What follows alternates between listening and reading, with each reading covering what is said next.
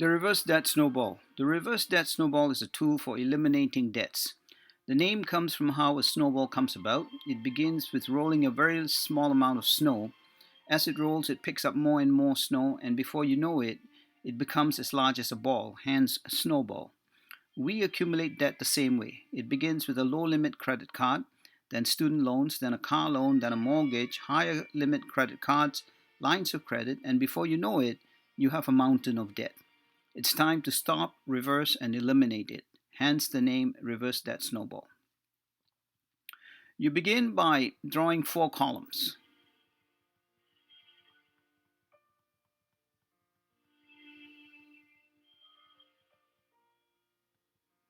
Label the first column payee, second column interest rate, the third column minimum payment, and the last column balance.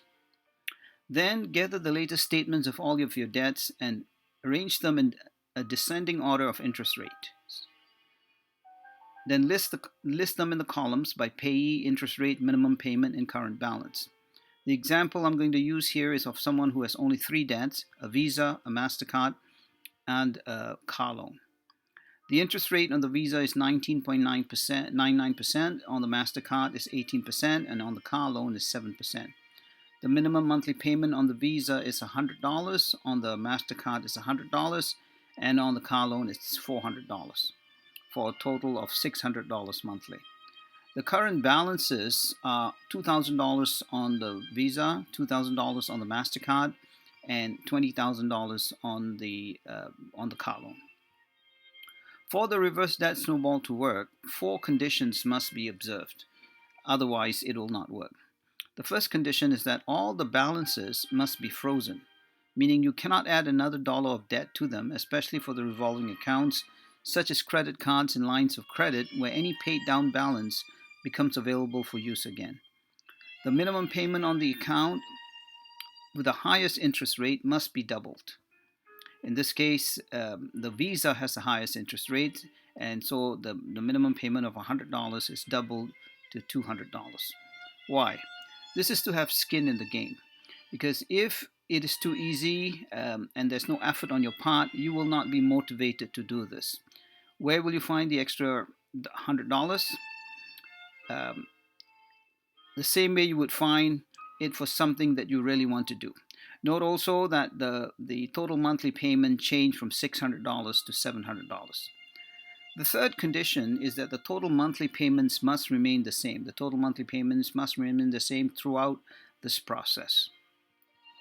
And the last condition is that whenever an account is paid off, it must be canceled. So now we're ready to begin the reverse debt snowball. In the first month, we are paying $200 per month on a Visa balance of $2,000. If we are not adding any debt to it as per condition number 1, in theory, it should be paid off in 10 months, 2,000 divided by 200. But it really takes 14 months because of the 19.99% interest rates. So at the end of 14 months, the Visa gets paid off, and in keeping with condition number 4, we cancel the Visa account. In keeping with condition number 3, the total monthly payments must remain unchanged at $700. We add the $200 monthly payment on the Visa, now that the Visa is paid off, to the $100 monthly payment on the MasterCard, so that the MasterCard monthly payment now becomes $300. $300 going forward. During the first 14 months, $1,400, $100 by 14 months, multiplied by 40 months, was paid on the MasterCard with an original balance of $2,000. Hence, the MasterCard balance should have gone down by $1,400, but it only goes down by $1,200 because of the 18% interest rates charges, and hence the MasterCard balance becomes $800. So we begin the 15th month with a MasterCard balance of $800 on which we're making a $300 monthly payment. In theory, it should be paid off in 2.3 months, 800 divided by 300, but it takes 3 months instead of 2.3 months because of the 18% interest rate charges. So at the end of 17 months, the MasterCard gets paid off, and in keeping with condition number 4, it is cancelled.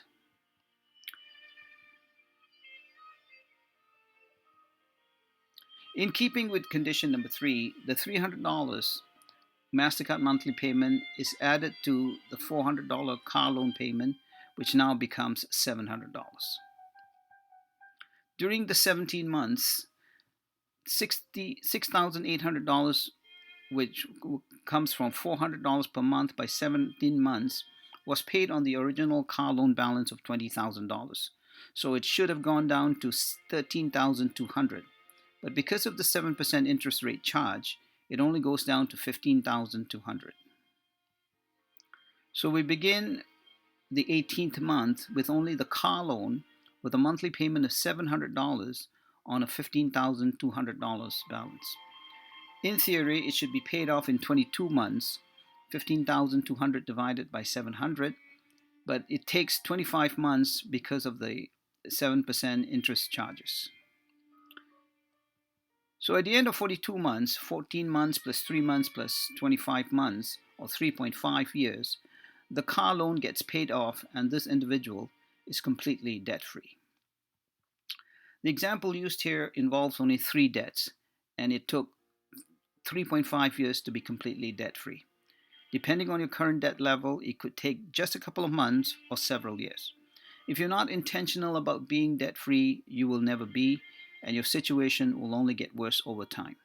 Please use the reverse debt snowball to become completely debt-free. Thank you for your attention, and may God bless you.